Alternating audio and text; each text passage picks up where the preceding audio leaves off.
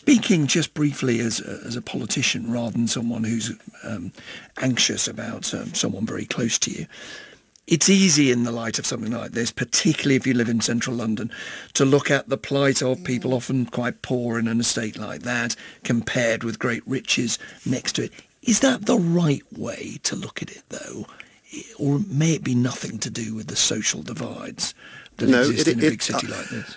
Nick, it is the right way to look at it, but what I would say is these aren't the poorest Londoners. The poorest Londoners are in houses of multiple occupation in private tenancies.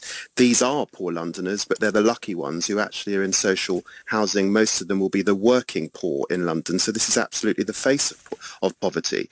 But this is the richest borough in our country, treating its citizens in this way, and we should call it what it is. It's corporate manslaughter. That's what it is.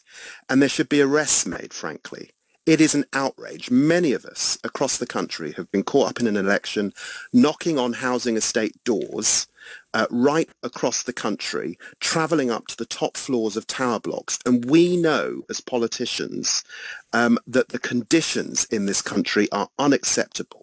David. We built buildings in the 70s. Those 70s buildings, many of them should be demolished. They haven't got easy fire escapes. They've got no sprinklers. It's totally unacceptable in Britain that this is allowed to happen and people lose their lives in this way. And people should be held to account.